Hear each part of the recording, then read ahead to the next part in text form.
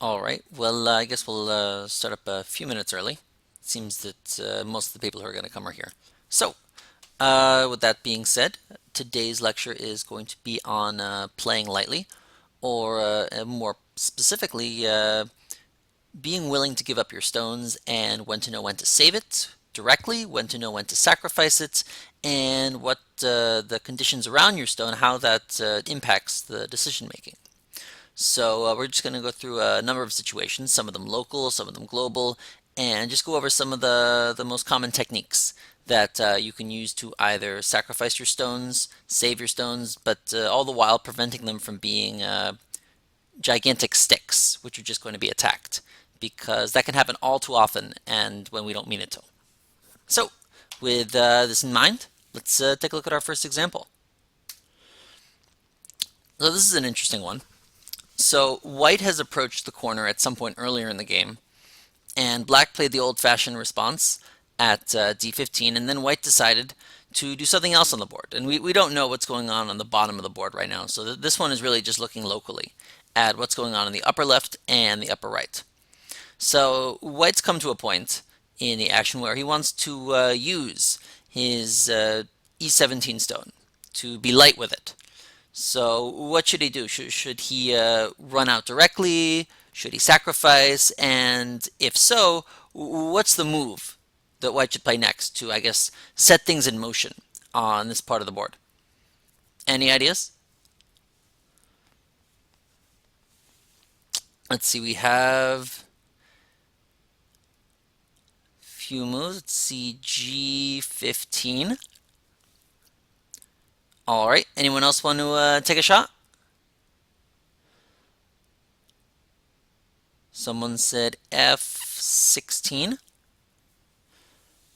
All right. Anyone else? Going once, twice. F15. Okay. Yes, this is what should white do here? Should white save his stone directly? Should he just give it up? How should he use it? And what move would you use to do it? Oh, and someone said C15. Wait, C15? This move? Oh, E15.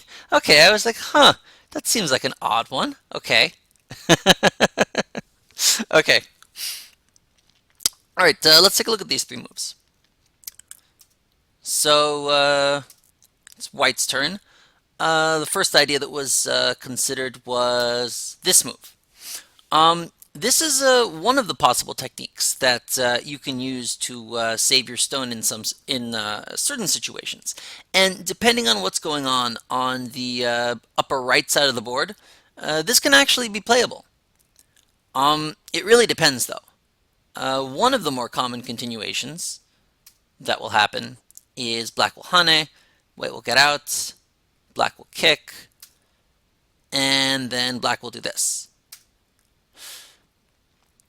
And the issue here is it's difficult for white to really solidify this kind of position. I mean, if white goes for some kind of pincer against the O17 stone at this point, suddenly white's corner is going to be in trouble.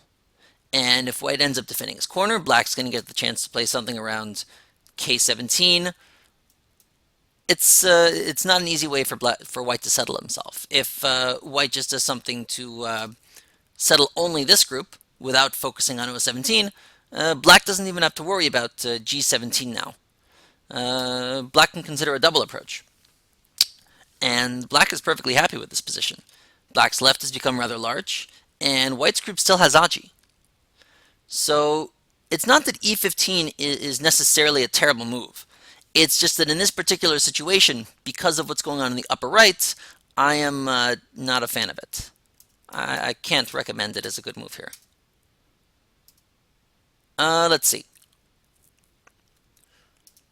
One of the other ideas was this one. This move probably is not a good idea for white. This is going to end up with white being a stick figure. This is, I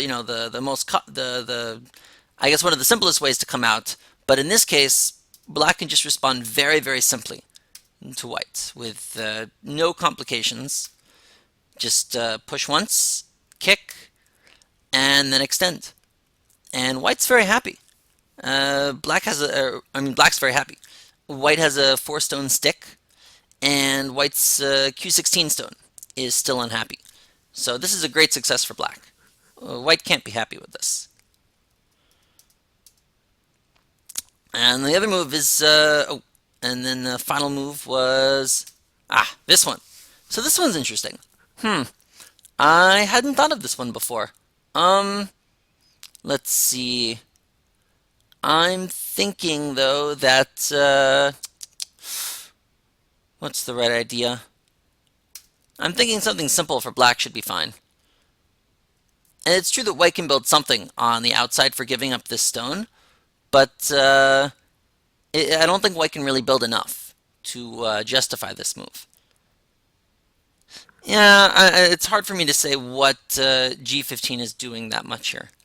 You know, if the center is really, really important, maybe you could do it, but I just don't know what it's doing here.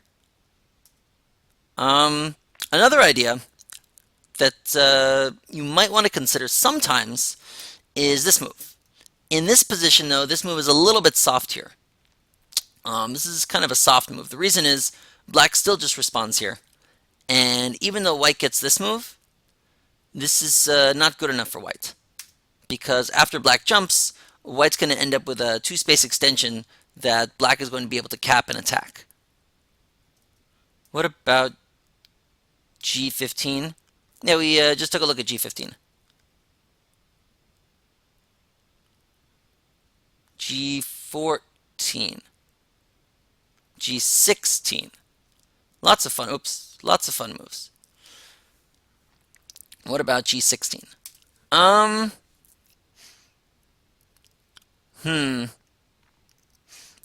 Also an interesting move. Sometimes this can be a great move for running out, but I fear that black can just play very simply, and well, no, black can just be pretty aggressive here. Actually,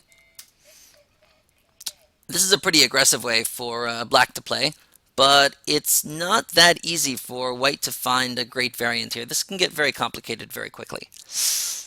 If black doesn't want to become extremely complicated, this is a fine move for black. Black can just play very simply. And white still has issues he needs to deal with.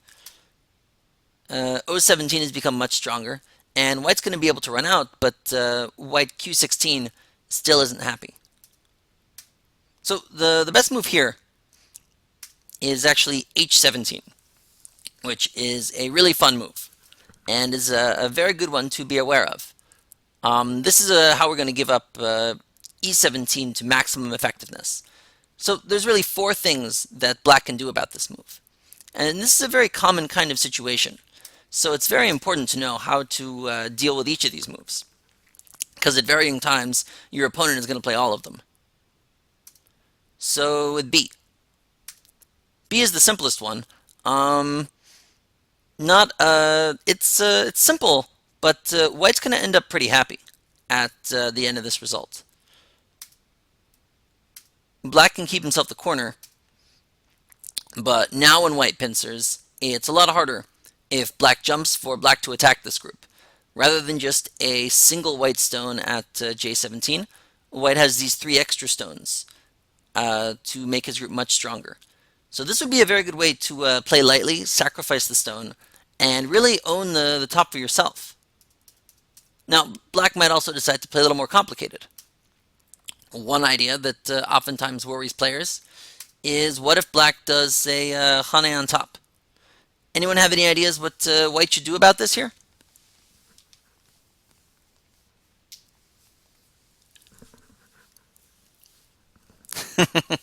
Crosscut. Always fun. Crosscut's a little bit aggressive here. We don't need to crosscut. G18, yes. G18 is a great move. Yeah, if black plays the foolish cut through, white is more than happy to do this. You know, black really hasn't gained any extra territory, and and white has gained himself a center-facing Panuki. So this is thrilling for white. If black would be so kind as to play this for him. Of course, if black plays something along these lines, white can live in the corner. And black's connection is still a little bit thin with his wall. So white's fairly happy. All right, let's see. What about this move? What should a lot of times this will happen in games, and many players will just scratch their heads about what to do about this move because it seems to separate the stones so firmly. Any ideas what white should do here?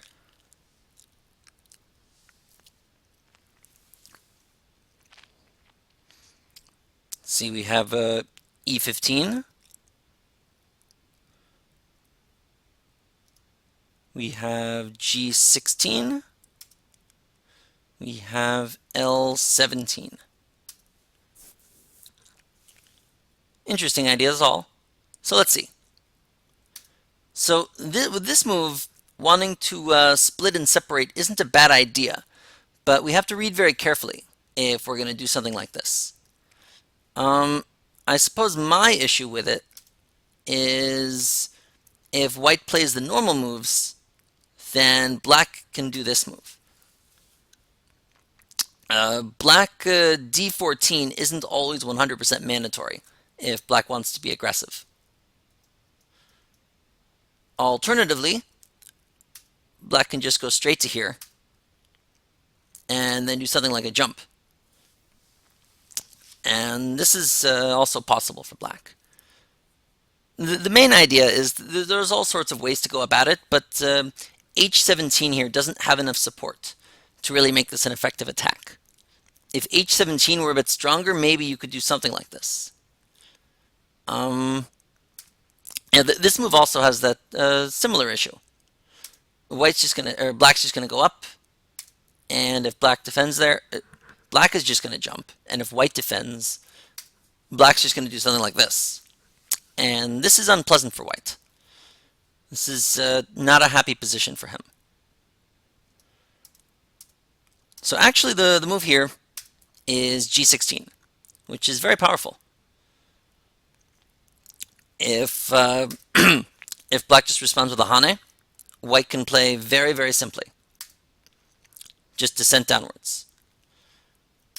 And we have a almost identical result to what we had before. Pretty close. White's pretty happy with this. The other move that black can consider is the crosscut. And this is a good one to know how to respond to. What should white do here? Any ideas?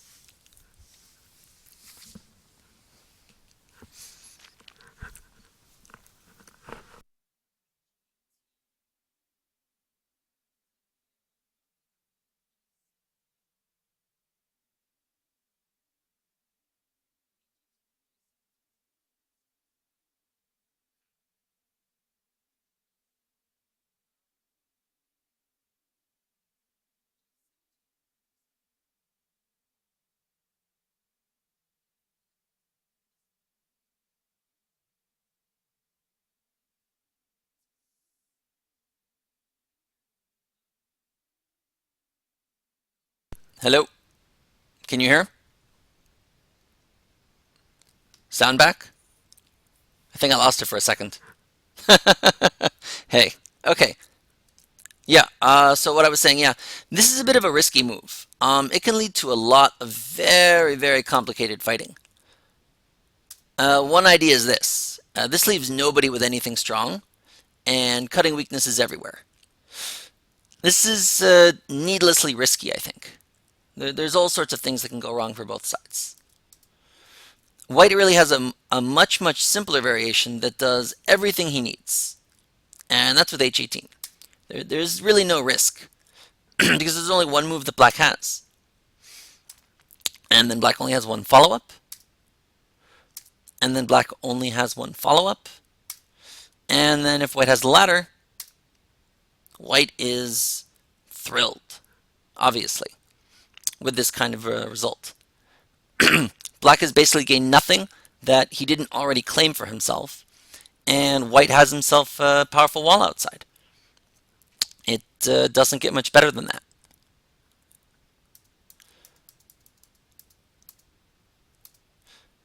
Oh, and then last one is crosscut. I mean, no, not crosscut, hane under. And if he hanes under, White is generally pretty happy to hane on top. If Black just goes to cut off the stone, White should let him. What can White do now? What's White's move? Yep, pretty good move. Then if you have the ladder, you can just do this. Or even if you don't have the ladder, Black still owes a move to ensure that the corner is his. So White is able to do this even if he doesn't have the ladder. And White's thrilled. You know, Black has basically once again gained almost nothing compared to what he had. And White has gained himself a pretty nice wall outside. The key is just being willing to give up e17. Very simply. We have no intention of saving e17 when when we play h17. All right, let's take a look at the next one. Not that one for now. Let's go down a bit. Ah, this is a good one. I like this one a lot. Alright, so Black has this J17 stone, and naturally it is badly weakened.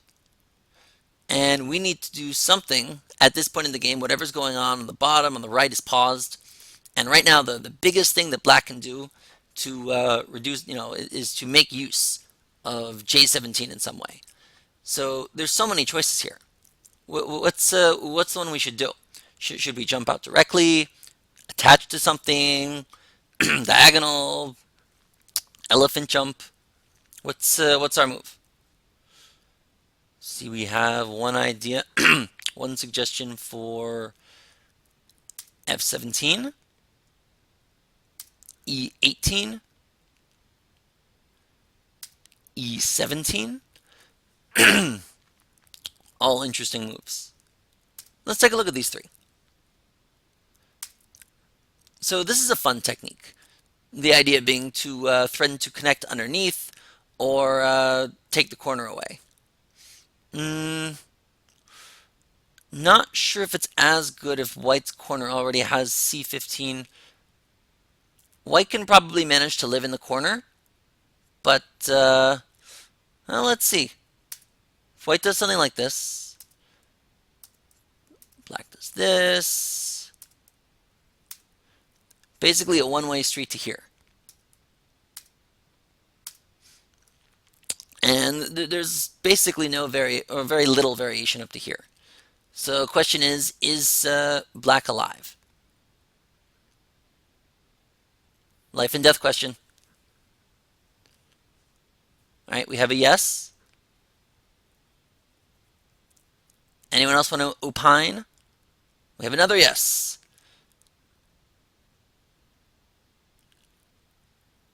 Ah, does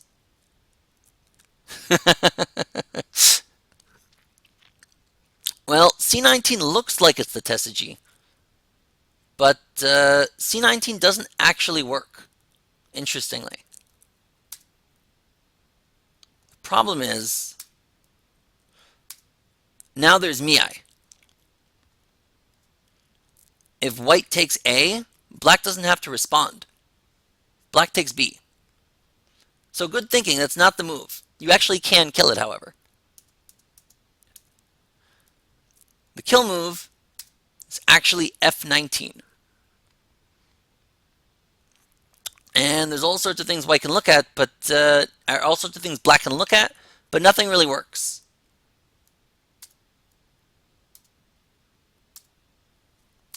If we just play it out like this, nothing Black can do to live. If black goes here, same result. And there's really nothing he can do. Black goes there, white can go there. Yeah, it's just he's dead. So because of that, we can't do E18 here. Sometimes E18 is a cool tessage, but it doesn't work here. Ah, so this can be a good move sometimes. Um, hmm. I think if I'm white, I'm probably just going to do the diagonal here.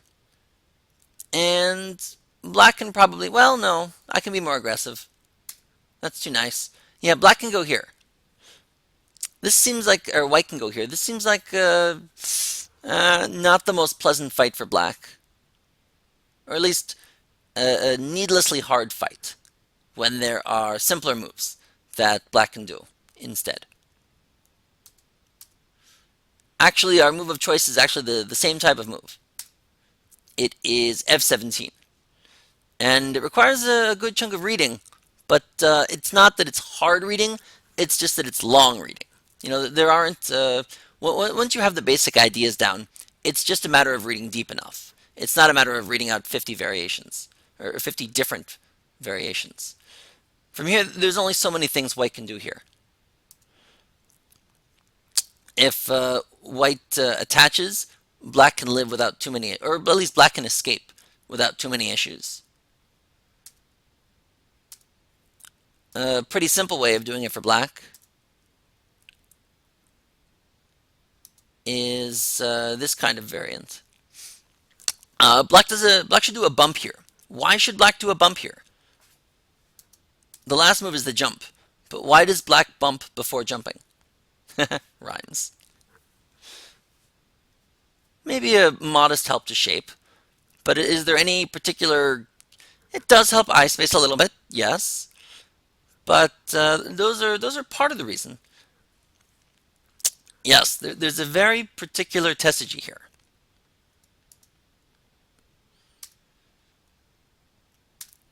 If you just do the jump, this is a classic tessage. Black can take the two stones, but black can't resist when white goes here. And he has to let white slice him in half. So to stop this, that is why black does the bump. At least in this case.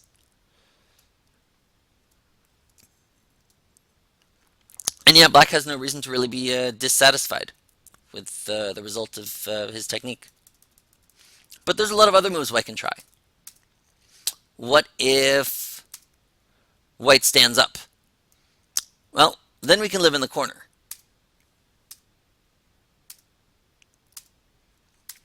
These first moves should be pretty straightforward for most of you.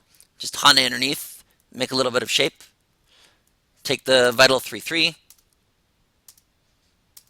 and then make the eyes that you need. It's entirely a one-way street. In fact, you can even cut here if you are feeling aggressive and C13 has some support. You can consider a cut because white stones here have some weaknesses. But yeah, that's the basic way of living. And then the only other move the white really has is the Hane on top. What should black do here? Any ideas?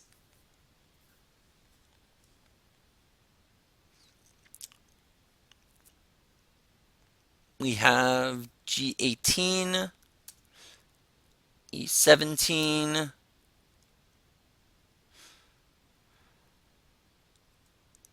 All right, definitely interesting ones. E18 is probably the better move in this particular case. If white does this move, this should look familiar. It just reverts to what we've already seen. If white tries to resist,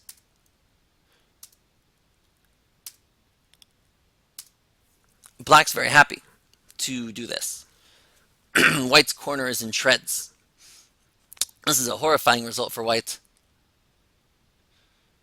Yeah, no way White can let that happen. So basically, regardless of which of the three moves that White plays here, Black can either rip out the corner, Black can live in the corner, or Black can split him in half. And it requires careful reading, but the techniques themselves are all very common. The techniques themselves all start very similarly to one another. It's be prepared to sacrifice a stone and use that stone for all it's worth with forcing moves. Alright, I'm going to have to cut this lecture a little shorter than normally. I'm probably going to have in about 10 or 15 minutes. But we have enough time for a few more examples. Let's see. No, we'll do that one later if we have time. This one is a good one to know. I might have covered it in one of the previous lectures in a different context. Okay. This is another good one to know. So clearly Black has this stone, and it is in great danger. White has recently played this G15 move to start attacking it. And Black needs to figure out what he's supposed to do. Should Black just give it up entirely, attach to something, take the corner, attack 017? There are incalculable options. But anyone have any ideas what Black should do? Or what might be a good idea? We have K17. Alright. Anyone else? E17.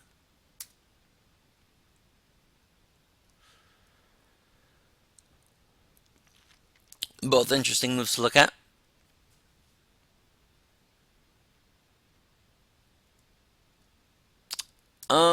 So sometimes this kind of peep can be very powerful. But after Black has the G15 move, it's not quite as powerful a move as it could be. The issue is after White does this, Black's stone isn't going to be that useful, I fear. It might get him a little bit of eye space, but we want to be light right now. Maybe later on in the game, if you're trying to reduce White's corner, you can play this way. But first thing we want is safety, and that might involve sacrificing H16. So we want to leave that ability open to us. If we end up playing a bunch of stones here, it's going to become much tougher to sacrifice H16 if needed. So that's a potential idea for later on. K17 is a very good idea. But what do we do afterwards? What is Black's move now? Should we go for a base? Should we get out into the center? Hane underneath? Crosscut? What's the technique?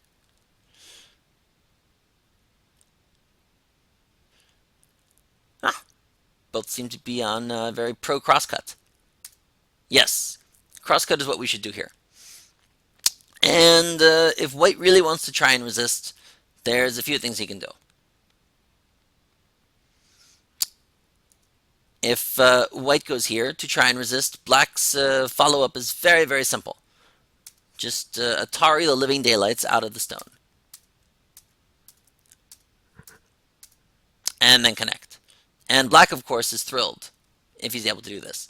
So oftentimes White will be more severe in his resistance.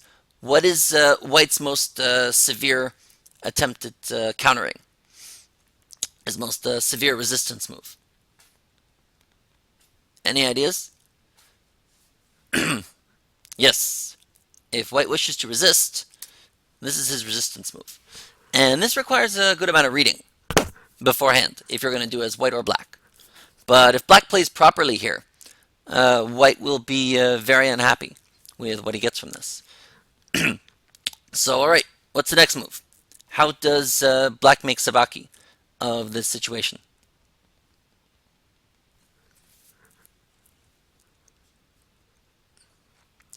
M17, sure. Yep, I hope so. And what about now?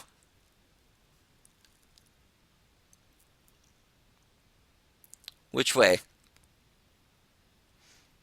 Many, many, many choices. All right, M18. And then white's going to go for this.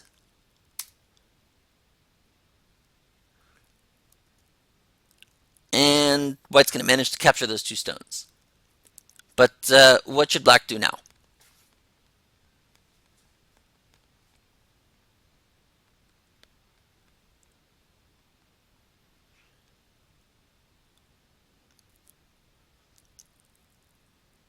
Yeah, M15, K14. Perfect. And then from here, it's just slice out. Yep, perfect follow-up. Excellent. You treat those 4 stones lightly. They might be they might be captured later, might not. It doesn't really matter. What does matter is these 3 stones are, of course, horrified at this kind of result. That's really the important thing. So very good. All right, I have time for, let's see, hopefully one more good one.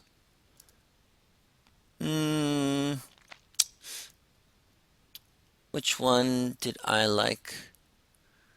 So many of these. I wish there was an easier way to organize SGF files. Not that one. One of these days I'll find it. All right, this one. This is a good one to look at. So we have ourselves in a slightly unusual position, but still one that you might see. Black has himself a 2-space high approach, and white has defended his corner, and he's already pincered the stone. And so now black wants to make sabaki with his 1 stone. How should black go about doing this? Any idea what our first move should be?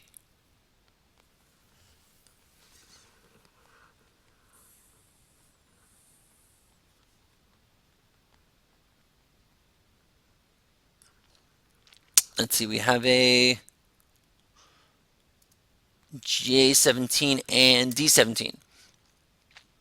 Ah, yes, these are 2 very good moves to come to mind. And figuring out which of them to play first is not always an easy question. In this particular case, I think that the attachment at D17 is better because the corner is already fairly settled. White's corner is not going to become endangered anytime soon. But if black can split and become potentially strong later, J16 does not yet have 2 clear eyes. So I would refrain from attaching to that group until we need to. Also, we don't know what white will do. If we already do J17 in advance, maybe later on white will play E17. Now, if white attempts E17 now, this won't work out very well for white.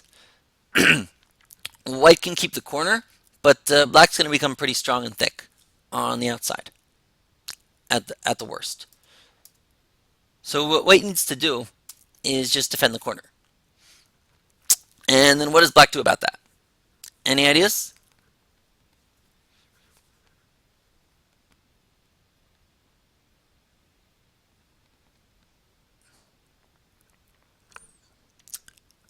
There's a number of different hanes we could do.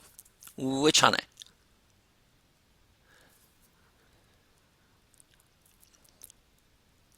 Ah, excellent. Yes. E16 is our next move of choice. And one idea for white is to just defend himself very, very simply. And what should black do if white just defends himself?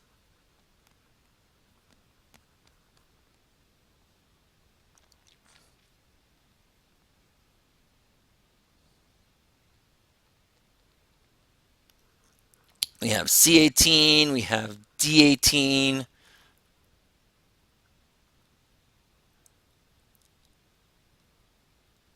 Both the right idea, but neither one is the best shape for us here. Sometimes we can do this move. Sometimes it's very good.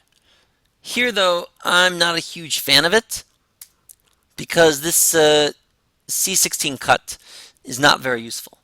It does make black stronger, but it seems to give too much of the corner to white when we don't have to. So it's not that it's a terrible move, it's just that it's maybe not the most ideal move.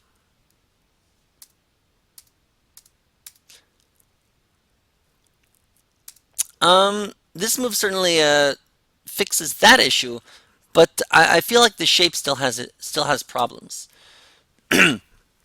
If black leaves this shape as is, this point later on in the game, it's just going to cause problems for black, and there's just no way to avoid it. There's terrible AGA. Black will need to spend another move around A to really make this shape more secure. The move here of choice is E18 actually. Yes. And then if white is playing proper Go, he will not play D18. That would just help black. Instead, he will just play C18. True, and sometimes Ko is good, but in this case, we don't have to play a Ko. We can basically just live outright. And when you don't need to play a Ko, no real reason to. And now the attachment underneath is very good. And then you can just finish off very simply here. And white's shape is still far from perfect. And yeah, there's no real way that white can stop this group from making two eyes. So yeah, black has settled his stones very simply. A good way of doing it, but D15 is not the only move that white has at his disposal. White also has a far more vicious move. And if black doesn't know how to play it properly, it can really end up hurting. So naturally we're going to extend down.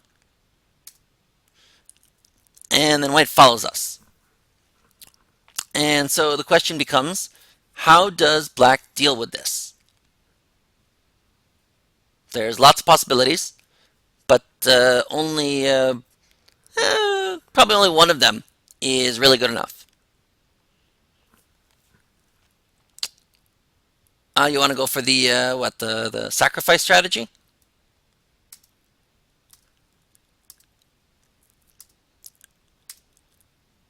Or maybe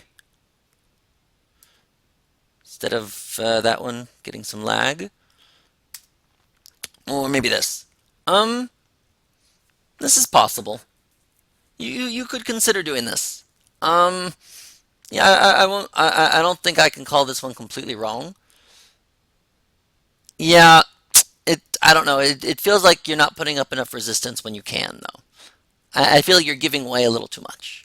You can actually put up firmer resistance against white's attack. Now it depends what else is going on the board, which one is correct. But if you want to put up maximum resistance, you can actually cut here.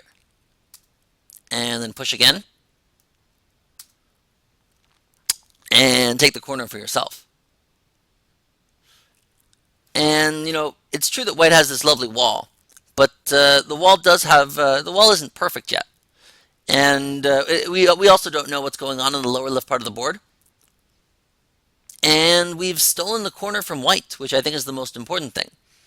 This was a white corner. So not only can we count the fact that black has a corner, but we can count the fact that white no longer has a corner, which is a very big change in the game. Can you play it at C16 first?